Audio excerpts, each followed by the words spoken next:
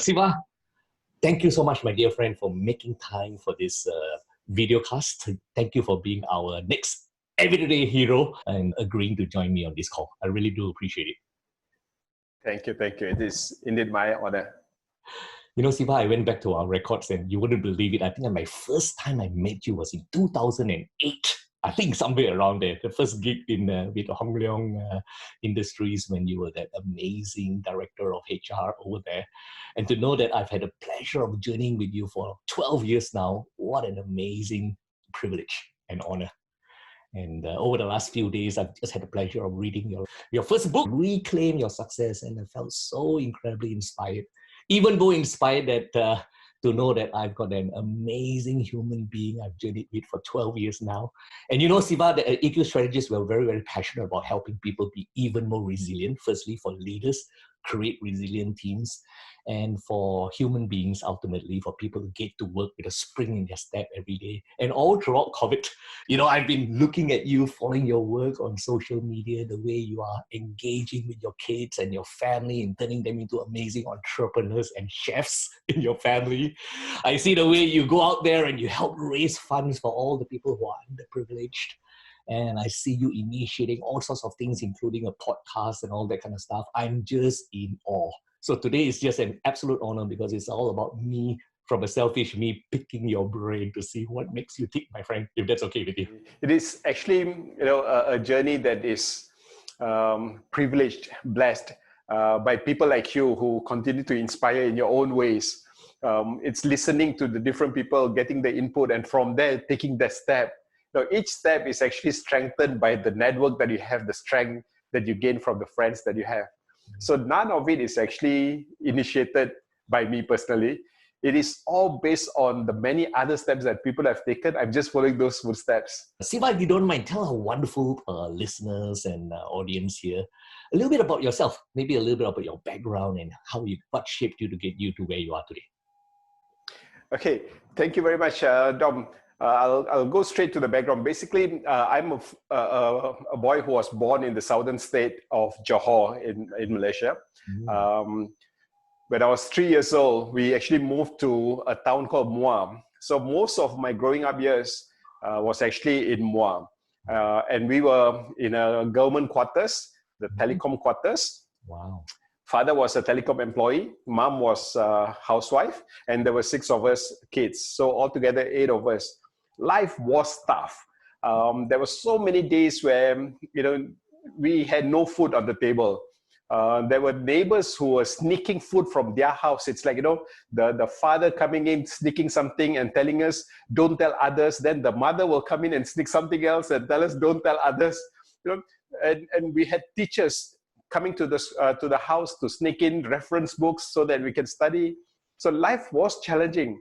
But what was amazing was that, say for Deepawali, we have no money for Deepawali, but at the least, we will have about 100 people visiting our house. Wow, 100 people! Without fail, somehow we tend to have food on the table. There may, you know, we may have chicken curry, but there won't be chicken in it. Wow. But without fail, there will be at least 100 people at home. People just love to come to the house. Mom was a great cook. Father had no money, but somehow the money will come at the right time. Oh. And life was just filled with happiness. So there's no money, but there was abundance of happiness. And I'm always reminded about this. Now, all of us have done quite well. So all of us are graduates. We have our houses and so on. Unfortunately, we are not serving the 100 people for Deepawali anymore. Oh. The one serving the 100 people remains mom. Right. People are still coming to the house where mom is, you know, not to our house. So when we talk about success, when we talk about wealth, the wealth is actually in giving, not in having. So you know, you can have $1 million. It means nothing compared to a person who has 10 ringgit and gives out. So that started a lot of questions on success. Being in the quarters, we never actually believed in higher education. The goal is always to study at a certain level and then become a technician in a factory, because Muar was more of an industrial area. None of us actually believed that we can be higher than that. So I was the first one to enter the university, and that was in Kuala Lumpur. The entire neighborhood were very, very concerned for us. How can we afford it? This is Kuala Lumpur. So what happened was, neighbors started bringing clothes for me. People started giving money. The petty thief in our neighborhood actually stole an iron and gave it to me. He said, you're going to study in university, you need an iron, to that extent. But after I entered uni, my siblings joined me. And I can tell you, most of the kids in our neighborhood went to universities. Today, some of them are CEOs of companies, senior leaders in various government-linked companies. Right. And when we get together for celebration, it's like, hey, remember last time when we couldn't even buy one onion? We are not talking about a kilogram of onion, one onion. Wow. And today we are in this position. And so the journey has been amazing. Upon graduation, I joined the Navy. That was for 7 years. The challenge was good. At the same time, you wanted something more. So by the time I was there for 7 years, it was time to do something even bigger. Wow. So that was the fight for the corporate job. In the civil service, I was always ranked higher. So it was like, okay, I've done that. I know I'm there. Can I fight with the corporate world? So that took me to the corporate world, and I was in the corporate world for 10 years. My goal was to become an HR leader in a conglomerate. Wow. And I did that in 5 years. And I continued holding that position for 5 years. Then the itchiness came again. You have to fight again. So corporate world, you are there. What else can you do? Are you capable of earning your own money? That was the question that I had in 2009. So at 2009, I decided to leave employment. By 14 March 2010, I started my company. And since then, it is running my own company. Now, the new challenge is it possible for my kids to earn money from home so that they have total financial freedom and total time freedom to do whatever their heart yearns to do? So that is the latest challenge now.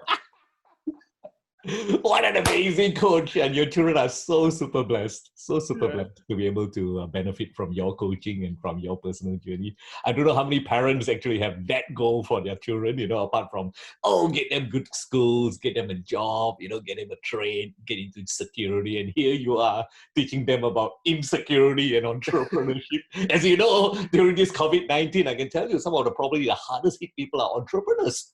That's the irony, right? If you're in the public sector, if you're in, whatever it is, a job, chances are you have a better chance of getting support. And yet, here you are empowering your children to not so much crave a life of comfort and security, but vulnerability. That's would you say that that's quite an unusual Asian mentality?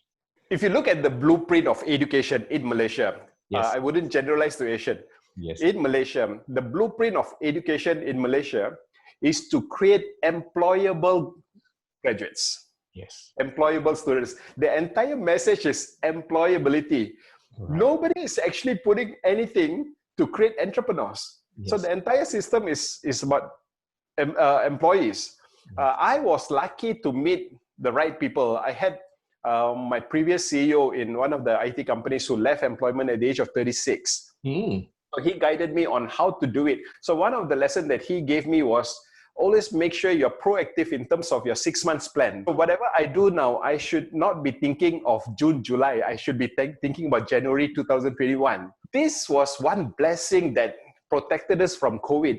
What happened was when we heard the news of COVID in China, yes, we looked at our 6 months journey and I said, this will come to us sooner or later. So let's look at our project and just accelerate it. So we had projects that we were supposed to complete in April, in May. Yes. We decided to complete it in February. So we did, I think by the last invoice that I sent out was on 22nd of February.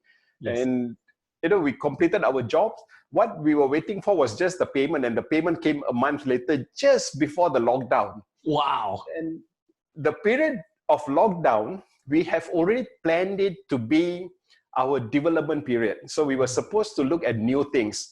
So we were supposed to build a new mobile app for my psychometric system. I'm supposed to come up with a new program, a new book. There were plans for that 3 months. Yes. The question was, how are you going to do it being at home when everyone else is working? But voila, the whole world was not working. We were locked down together. So the plan was just perfect. But that helps, being proactive 6 months ahead. But this is something that the main concern of parents would be that the school is not teaching their children that. Yes. But taking the message of proactiveness, why are you waiting for others? Your life should be within your control, not others. So what can you do for your children? Teaching children is not that easy because they may adore you, but they will always have their own ideas. I found the opportunity of TikToks and YouTubes where you get inspiration from there, and you can link with the children. Instead of teaching them, it's more of, hey, look at this kid. How come he's making so much money?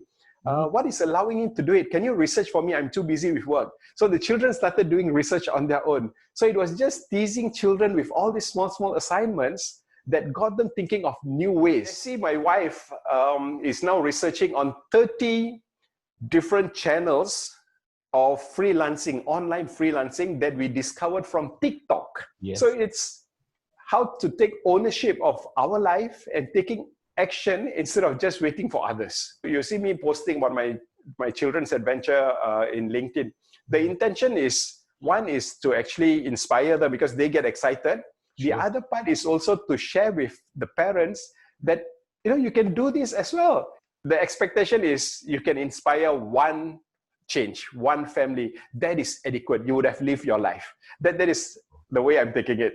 Beautiful. And that came across loud and clear in your book. And you know what? I think one of the key messages here is, yes, it's not so much about train your kids to be entrepreneurs. It's much more about being proactive. That's the key word. You can be proactive and be doing incredibly well in a job, working for someone, and that's absolutely great. But I think being proactive is also about making that time, as you said, to look ahead. Spend time to pause and see ahead, anticipate what's going to make the next 6 months, a year, whatever it is, amazing for you, and then make yourself accountable for making it so, and just making time for that pit stop moment. Was that something that was prompted by your parents, or it was your decision or your brothers that said, I'm going to get to uni, although the rest of the people here are thinking, you're crazy, that's not for us?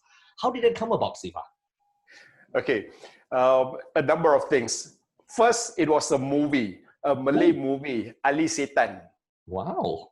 I will never forget that movie. There was a scene in that movie. The movie is all about these mischievous students in University Malaya. The way they were in the lecture hall, it just inspired me. I want to be in that lecture hall. That was the goal. So whatever it takes, I'm going there. Done deal. Don't question me. I'm going to UM. That was the first part. Second part was, father was a very loving person. At the same time, he had no money.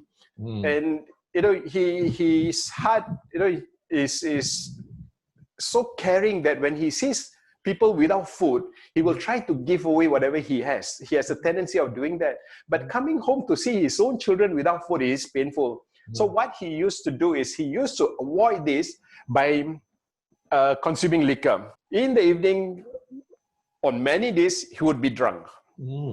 And he'll come back only when it is time to sleep. The next morning, he will do his prayers and so on. So one of our neighbor told him that he's only good for drinking and making babies and nothing else. And because of that, his children are cursed. They are going down. So that was something that they told him. And I was there listening. Wow. So in my heart, hey, come on, this is my hero. I will never let my hero go wrong. And when I had that chat with my dad, what he wants in life, he only wanted one child to go to university just to prove the person wrong. He only wanted one house and one car. That was his life's purpose. So for me, going to university is given. After my Form 5 exam, after my SPM, I did well in that and I got a chance to go to university. My father was just thrilled, excited. And what I did was I told him that I'm not going. Oh. Yeah, so what I told him is, he's spending his time drinking, and we have 5 children at home with mother there. It is impossible for the family to survive. He will be spending all his money on me because that is one of his life's goal. So the money will come to me, whereas the family will suffer. I said, the only way for me to go to university is if you stop drinking. Wow. And he had his friends coming to the house, vouching for him. And I remember telling his boss, he said, you are the one who pays for the drink. How can I trust you? So I want my father to make that commitment to me. And I will personally make a commitment to my father that I will only go to the best university in Malaysia. And that time it was University Malaya. Oh my goodness. You won't believe what happened. Father just said, it's done. And that day, and until he passed away, he never touched a single drop of beer or liquor, not a single drop. After we started working and, he was in his late 60s, I used to bring him to shopping malls. I'll buy some beer for him. And you can see his excitement. He'll tell me, wow, beer. Who shall we give it to? No, I stopped drinking. And, that was a promise he made me in 87. Wow. He passed away in 2011. He never drank a single drop. That got me really studying hard. So I started studying hard for my STPM. Father stopped drinking, so he became free. So in the evening, he was helping mommy with cutting dry chilies. Mommy was grinding it and we were selling it. And we had a small business of selling chili, sambal. Right. And that money sent me to the university. Oh, and it was tough. We had just enough for me to go to university. But the neighbors started seeing that it is possible. The family didn't die. The family was there, eating more, having fun. The son was in KL, and somehow they were surviving. That gave hope to people. My third year, my second brother got a place in another university. So he went to university. So, it was like the villagers looking at us and, hey, I thought this is supposed to be impossible. We are not people who can afford going to Kuala Lumpur. What more studying in Kuala Lumpur? Yeah. Something is not right. And the dream started growing. The children wanted to go to university. When I come back, it's like, hey, the university boy is here. I don't even have to walk from the bus station to my house because people will come and fetch me. You're a university student. You're not supposed to walk. That kind of excitement. And one after another started to do it. The community actually built a small extension to my house for me to study because we were staying in such a small place. There was no room. So they created this small room extension of my house. That room, even after we left the house in 98, that room continued to be the study room of the community because they believe that room is blessed. So nobody stays in the house, but that particular room had electricity and people were studying there. Oh my goodness. goodness. That changed the whole thing. So one after another, just continued graduating. It takes that belief and it takes that, somebody to prove that it can be done and the belief system changes. So it was beautiful. Until now, we still talk about it. Unbelievable. What a story. So much inspiration from that. I love stories because it really inspires change in people. And your story is so classic. Firstly, you got inspired by a story you watch on telly. And, your story reminds me of what you share in the book about the power of purpose, right? Having that bigger purpose and not just any purpose, if I want to get rich was your purpose, maybe, I don't know if that would have made it more compelling to you than I want to do this for my dad, to help him achieve his dream, right? And also reminding us that the key thing that helps us achieve and realize our dreams and be successful is already in us, which is love. Your father quit drinking out of love because he wanted to see you fulfill your dream. And you went to uni because you wanted to fulfill his dream as well, right? You wouldn't have blamed your dad for saying, come on, university, that's not for us, mate. Come on, be realistic. That's not us, right? And yet your father thought differently, but you were a huge influence in his life. Amazing. I can see how the foundations here are set, my friend, but certainly you were born with that seed of that can-do mindset, that very discouraging words, that neighbor. You use that to spur you on rather than discourage you, which is another trait of champions that I see. It's not about what happens, it's the decisions, right? It's the decisions you make in what happens. Do I let that put me down and say, geez, she's right, this is what my life is going to turn out? Or do I say, no, it's because of this situation that I'm going to be successful? And that's such a tremendous credit to you. So how did you end up choosing the Navy of all places after uni? Mom had this dream of there's somebody with a uniform. At the same time, for me, I wanted to serve. I wanted to serve the nation.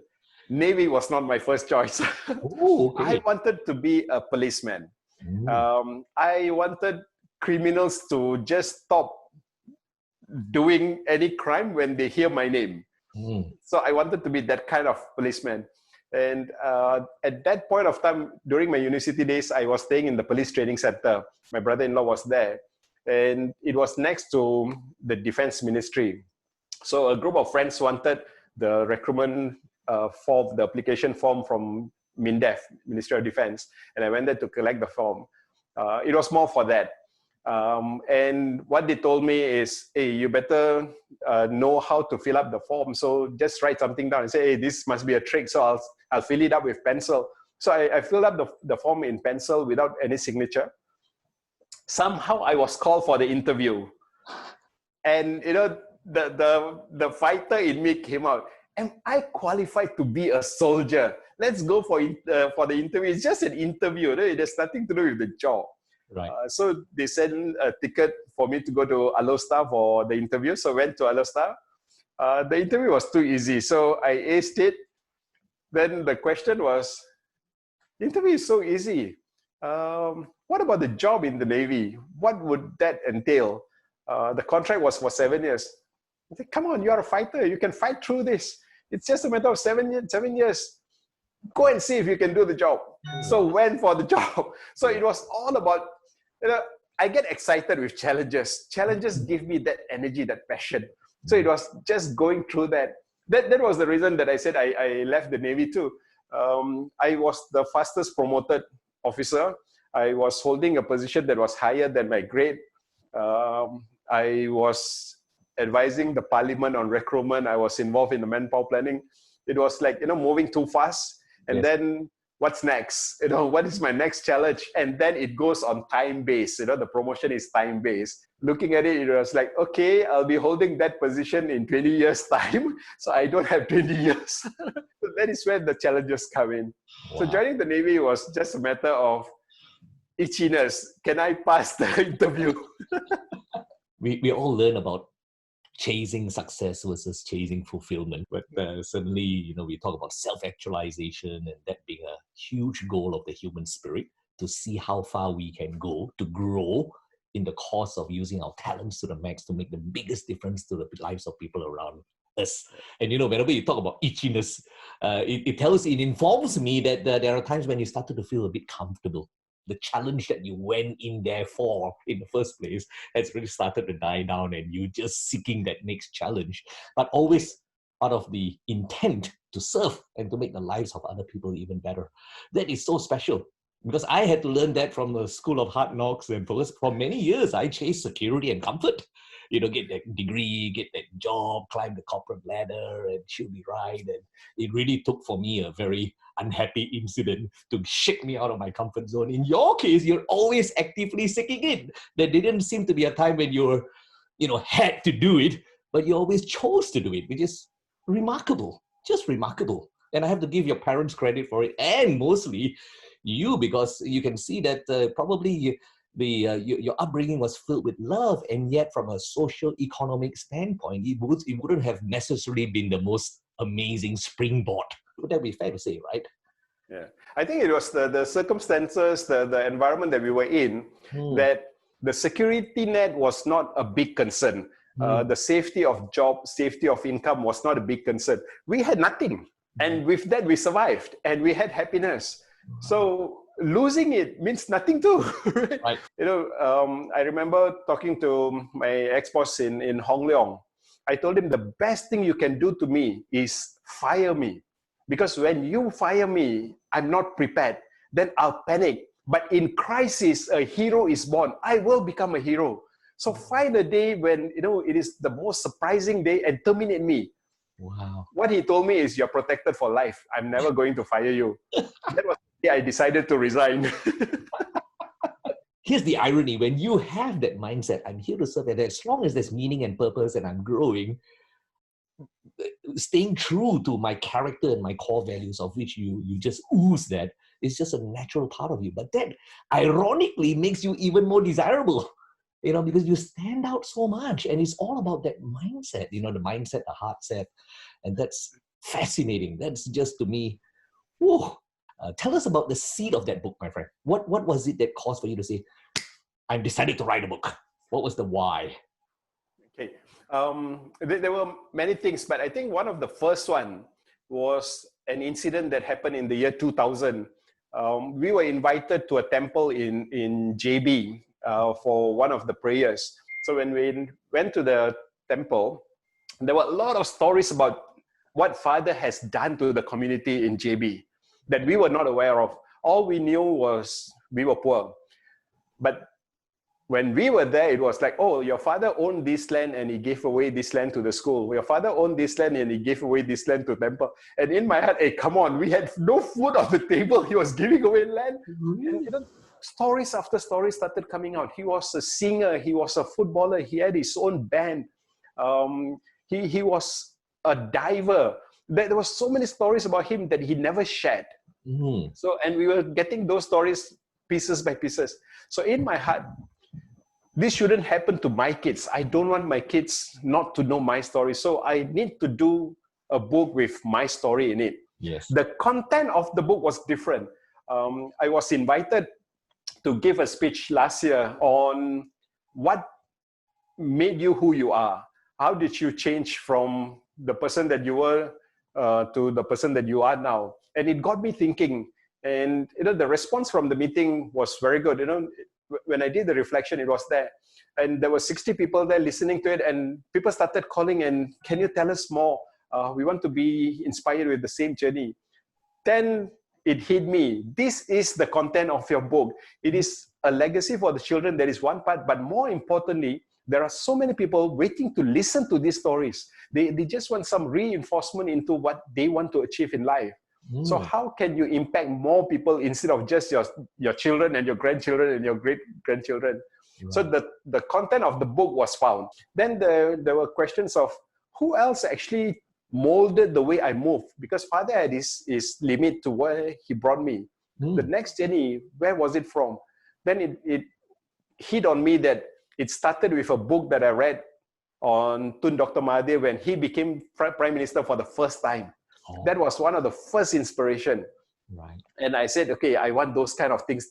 Then it was the Navy general that I had the pleasure of serving when I was in the Navy. Yes. Wonderful journeys, unbelievable journeys. We met up last year just to sit and talk about it because we couldn't record it. And a lot of things that I wrote, I had to verify with him because some of them were highly confidential. And of course, the person who inspired me to leave my job, my ex-boss, Tan Sri Quek. Right. I said, these are the people who really molded the way I think. And everything that I do is based on the lessons that I gained from them. So it is time to give back. And the moment I start giving, then I will appreciate their lessons even more and I can expound on it. So the content was found. The third thing was, okay, now you know you want to write a book, so you have a purpose of the book now. You know it's for your legacy. It is to inspire people. You know the content of the book. Make a decision, put a deadline. And I decided it would be 28 February 2019. So it was a commitment of 4 hours a day. From my first talk in January, I think that was about 12th January or so, I can't remember the exact date, to 28 February when I completed the book. Wow. Non-stop. Yeah. What advice would you give them, Siva? Because you seem to always be able to just see the future and make that decision and just move towards it. What advice would you give them, people who are stuck? The easiest way, I found these questions, the 25 regrets of life. When people were asked on their deathbed, what would be the biggest regret that you have? There are a list of questions that have been compiled. So the easy way for a person who is not that hardworking, go through the list and then just tick it. Ultimately, you see, I suppose the programming is such that the moment we get married, the entire focus is on our children. The moment the children achieve whatever we aspire for them, we become jobless. Mm. For the husband, it is all about earning money for the family. Mm. The moment the family starts earning on their own, the husband is jobless. And that is where a lot of sense of purpose is gone. My entire purpose is about serving my family, but now the family don't really need me anymore. For the ladies of the house, something similar. Their purpose is all about serving, the cleaning and the cooking and those kind of things. The day that the children can cook for themselves and serve the parents is the day that the mother feels that she's jobless and she loses her purpose in life as well. Mm. The parents seldom sit together and look at their new purpose in life post-children. Mm. Most of them, they're waiting for the grandchildren. That is it. It's like a new project. The advice would be just that, look at a new purpose. So just a matter of who do you want to serve next? Because serving others is really the purpose that gives you that much more passion. What else can we do to serve? During COVID, of course, we serve some of those without food. Mm. But the one who got the most joy, the one who had the most blessing is actually us, not them. They only got it once, for one meal.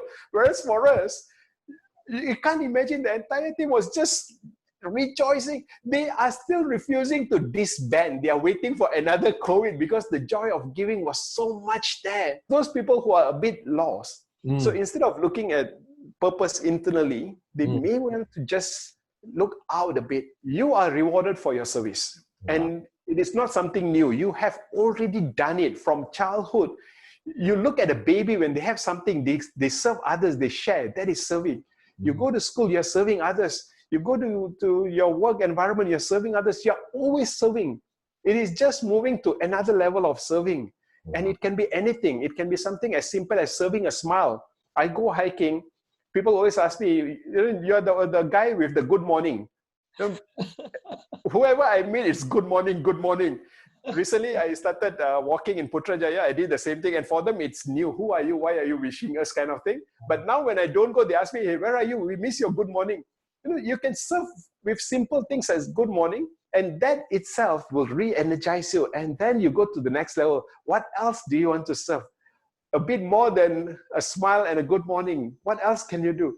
There are just tons of things. And the moment you find that, life's new purpose comes in. And there you have all your chance to reclaim that success that you had from your baby days. Siva, I also read in your book when you made that big shift from corporate, right? And you were on a good gig, money is good, you got a great position and all that kind of stuff. There wasn't an external situation that got you to get out of that to be an entrepreneur, right? And some might say, geez, that was a time when your kids were very young, I think 9 years ago, right?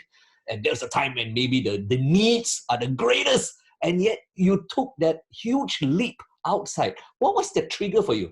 Actually, the entire jump was inspired by Tan Sri Kwek Leng Chan, the founder of Hong Leong Group in Malaysia. Initially, when I went to Hong Leong, there was a lot of bet on how long I can survive in Hong Leong. Because too young, the typical age of the management team was 50 then. I was 35 when I went in. Wow. And I was sitting in the management board. But somehow we could work really well together. We used to argue a lot. People don't really argue with the second richest man in Malaysia, but I argue with him a lot. And I always tell him, you are an employee in this meeting, I'm an employee. We have a duty to the shareholders. So we have to fight this out. We have to be convinced that this is the right thing to do. So we always have that kind of argument. It reached a stage where we were enjoying our discussions. And he was telling me, you are more like my son than my employee. You know more about me than my children. Wow. Then he paused for a while. He said, your children are now like my grandchildren. Whatever they want in life, whatever they should have, it is my job to give it to them because I treat you as my son. And he paused and then he said, but there's something I can't give them. Your job. Do you want them to go through the same struggle as you did? And I looked at him, he looked at me and said, okay, definitely no. So what should I do? Don't be doomed to remain as an employee. That is exactly what he told me. Don't be doomed to remain as an employee. That was just like, whoa, okay. this is your boss telling you don't be an employee, and you're an employee. But his definition of employment in Hong Kong is slightly different, because we have a scheme where you are given share options, so you become owner of the company. Right. And you can transfer that shares to your children. I was just looking at it and I said, no, maybe I can do a bit more. What if I start my own company, such that my children, when they grow up, they are MDs of company, they're never the employees of the company. That is also possible.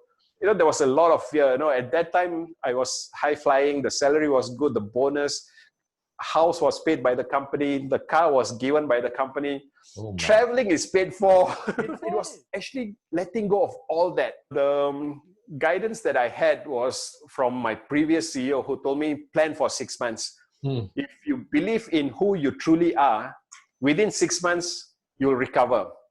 Wow. And then he looked at me and said, I know you so well, I can tell you within 4 months, you'll be earning more than your salary. So, I had great people like this who inspired me. So it was a matter of that 6 months. But I needed to get buy-in from the family as well. So I sat with Jessie. I told her, this is my plan.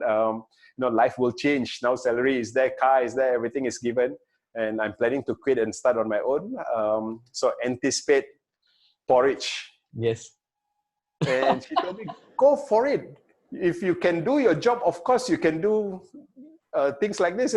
You are helping a billionaire making money. Why can't you help yourself make money? Wow. So he said, go for it. 6 months is nothing. Wow. And with the family support there, with the guidance of all these people, doing it was actually quite easy. I can tell you it was quite easy. An Indonesian foreign worker was telling me, this is Malaysia. You find money in the drains. He goes to clean the drains of Chowkit market, the wet market. He said he can find a few hundred ringgit in the drain, because when coins fall, we don't take. So he said every few months when he cleans up, he finds a few hundred. He said this is the land of abundance. Even in drains, you can find money. Don't give me excuse. An Indonesian foreign worker telling me that. Even during this COVID, people were talking about no income. But latest Malaysian sensation, these young YouTubers, Sugu Pavitra, made tons of money from 1,000 a month salary in January. Now they are estimated to be earning anywhere from 40 to 100,000 a month. Oh my goodness. New sensation. And last week, they just became model. The wife just became a model. Wow. So the money is everywhere. Instead of giving excuses, all we have to do is just go out. During COVID, what Tan Sri Kwek used to tell me is nobody is burning any money. As long as money is not being burned, it is somewhere. Go and find it. And so money was in glove factories. Right. They were still looking for training. They were still recruiting. Right. There was still job there. I remember you were sharing with me how you were doing 70 sessions of online learning. That is crazy. Trainers in Malaysia, we are complaining that we don't have training, and you did 70. So life is filled with abundance. It is a matter of whether complaining or accepting and doing it, embracing the principles of abundance. Money is not a big thing. It is more the purpose. If your purpose is clear, finding money is fun, and using that money for that purpose becomes more fun. But really, looking for money, that shouldn't be a big concern. Amazing, amazing, amazing mindset. So here you are in the peak of your powers and just on that core principle and wanting to fulfill your highest potential. And I know that you also did it because you want to spend even more time with your kids and be around them to bring them up. They were a huge inspiration for you, right? Because I know that you didn't want to be going out there and working 60, 70-hour weeks. That's what I read in your book. And that was part of the reason why you're always clear about what your core values are, my friend. And that is so incredibly special.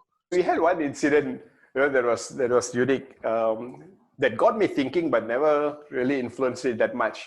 When my wife was pregnant with the second daughter, she was due for delivery. For me, it's just a matter of delivery, just go and deliver.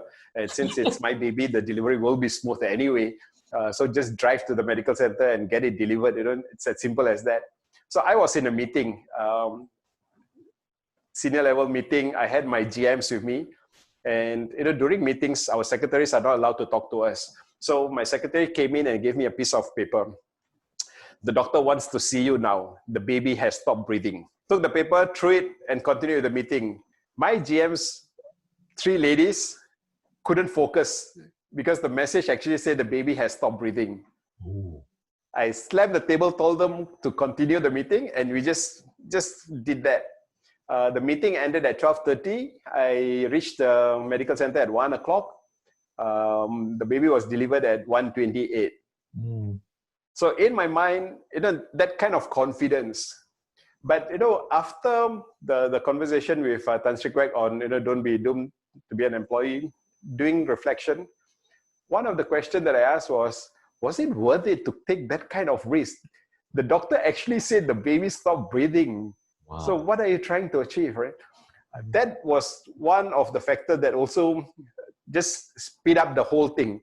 And hey, it is time to spend time with the children. You cannot play this kind of game when the doctor told you the baby has stopped breathing and you think it is okay. So from that moment, March 2010 until now, most of my time is actually spent with the family. Work is secondary. Like I said, money is always there. It's a matter of planning when you want to get the money. But creating moments with the family is more important. Share with us a little bit about your daughters. How old are they now, Siva? I'm sure the audience would love to learn a little bit more about them. Yeah, the elder one is 14 years old, Right. and the younger one is 12. Yes. Beautiful kids. They have not known me to be stuck in a job. So they're always asking that question, why are their classmates without the parents? The parents are too busy for the classmates. So the idea of employment is not something that they are familiar with. We are also guiding them on earning from home, spending more time with your loved ones. Money is secondary and it's easy to find. Yeah. So 2 daughters, 2 different characters. One is very focused. The younger one is very focused to become that entrepreneur, to create moments for people. She's the one who, when she sees a road sweeper, she will go to them and give them money and say, have a great day, you're doing a great job. That is the younger one. The elder one, is someone who is passionate about so many things. So she is the one who wants to be a singer and a dancer. And she's the animal lover. She can cry for animals, that kind of character. So we have the 2 there. We can teach our children through words and tell them what to do. Your biggest teaching is actually the way you lead your life. Just being the amazing role model that you are. I still remember that story in your book where your daughter came up to you and said, Daddy, I need 5 ringgit. Don't ask me why. Tell us about that story. Yes. She's enjoying it too much. Her stories never ends. It's like always meeting people and, Papa, that person looks a bit sad. Shall we just go and say hi to them and create a joke or something? You see a young boy selling food. Can we buy everything and then give away to people? If it rains, can we buy something hot for the security guards at our place? Yes. It's like non-stop. So the 5 ringgit is the incident that happened when we were having breakfast together. I was facing in, she was facing out. Yes. And she just paused for a while and she asked me, can I have 5 ringgit? For what? Just give me, Papa. And gave her the 5 ringgit. She went, there was a lady sweeping the road. She just said, this is for your breakfast. Join us. Okay. And she's still doing it. When she did that first time, I think she was maybe 8 or 9 years old. Okay. Wow. And she's still doing it. And we are still getting calls from the teachers on how they are skipping their recess time, not eating, just because they give away their food to other students that they think deserve it more. I'm not sure where they learned this from. I think I do nice. Yeah, for me, this is more important than learning how to earn money. Earning money is fun, but earning money doesn't give you happiness. It's the art of giving that gives you happiness. And the moment you find it, then the joy of making money comes naturally. You're making money because it gives you the opportunity of giving. Right. So money is fun for that reason. But money in the bank is not that fun. It's just a number. Beautiful, beautiful. What gives you that freedom? When you left the private sector to start up your own thing, were you financially free? Like, as in, you don't have to work a day of your life and everything's super fine? Definitely not. Definitely not. When I left employment, I was prepared for 6 months. However, the car was taken away, so I needed a car. So I had to buy a car. It was a 15,000 ringgit car that I took on loan. Even the banker laughed. With your salary, you're taking a 15,000 ringgit loan for 3 years. So we had that. My first business was Punjabi suit, so I had to pay money for the Punjabi suit. So we actually used up money. We never had that much money when I left employment. But it was that confidence that you can earn it. The first month in March, my first income was, I think about 50 ringgit from my mother-in-law and 50 ringgit from my mother. Both bought a pair of Punjabi suits. But that 50 ringgit was so precious compared to my salary in the bank. It was the money that came from my own business. Then it became 1,000 a month. I think on the third month, we had one training program for 3,000 ringgit. The freedom that I look at is more the freedom of mind, your freedom of time. Being on my own doesn't really mean I work less than during my employment. I work more. It is just that the time is different. I work when it is time for me to work, not when others think I should work. After my meal, if I'm sleepy, I sleep. I don't have to pretend to work. Right. And when I wake up, I know my mind is fresh.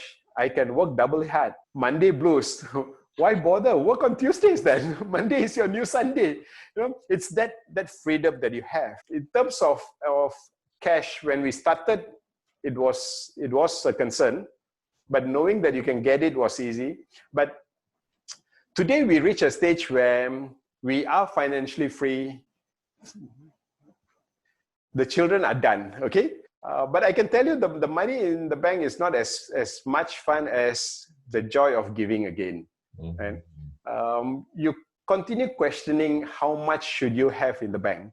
It doesn't stop. I can tell you it doesn't stop. I just asked that question yesterday in LinkedIn.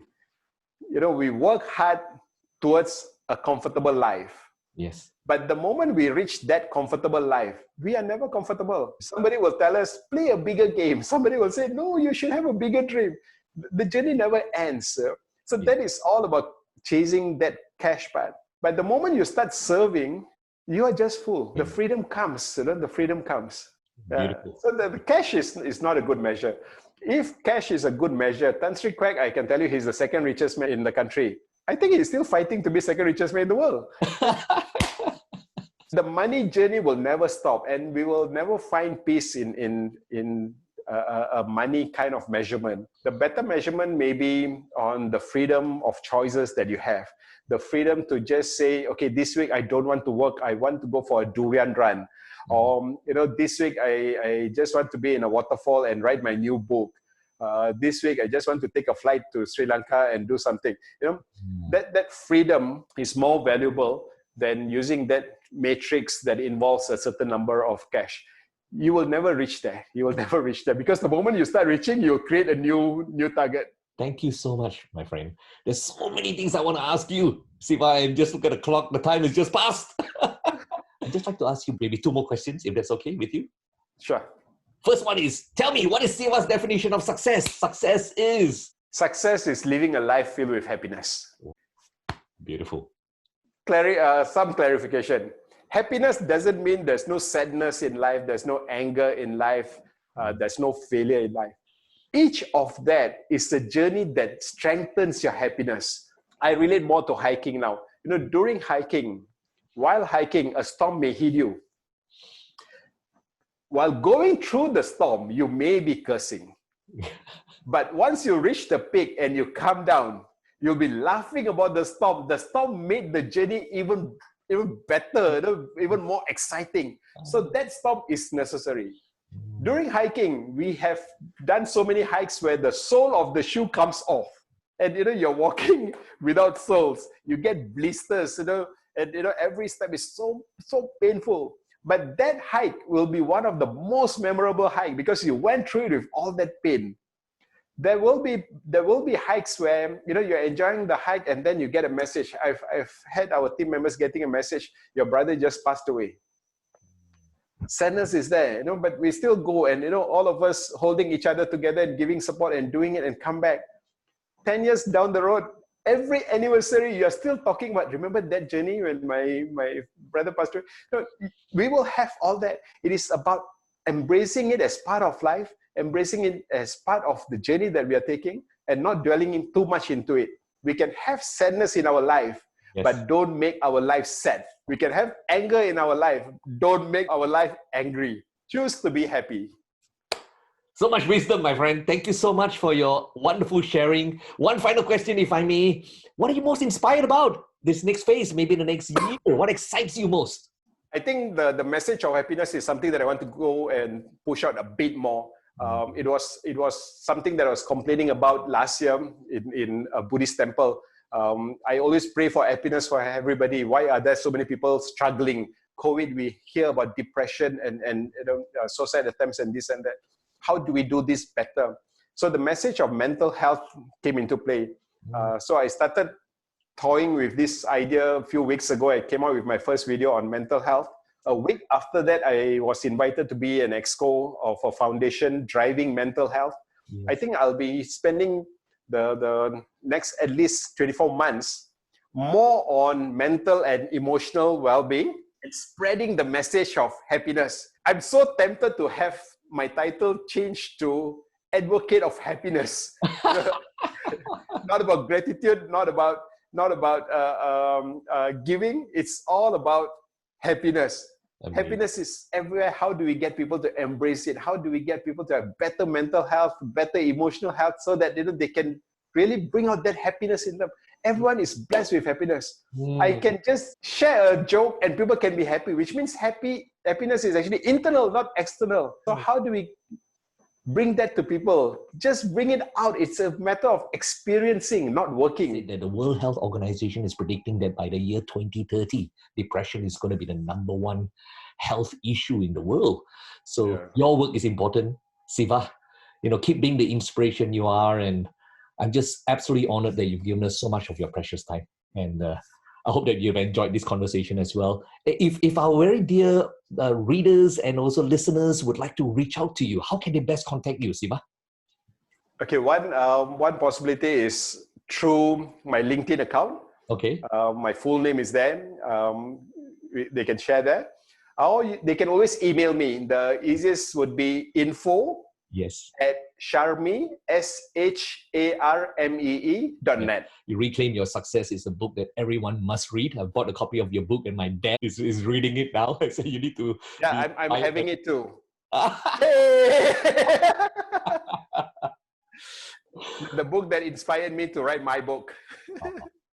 Thank you. Thank you. I think we're just honored to be journeying with each other, but truly your book was inspiring read. I think I read it in 3 sittings. Couldn't put it down. I wish I could stay up all night and read. I really enjoyed it thoroughly. I thought they were full of not just inspiration, practical strategies. I love the reflection.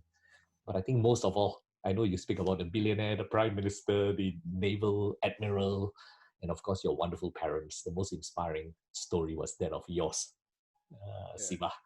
Keep being the amazing soul that you are. And if we can serve you in any way, in your journey and collaborate with you, know that we are only champing at the bit. Thank you, Siva. Thank you, Dom. And you keep inspiring as well. Will do. You are awesome.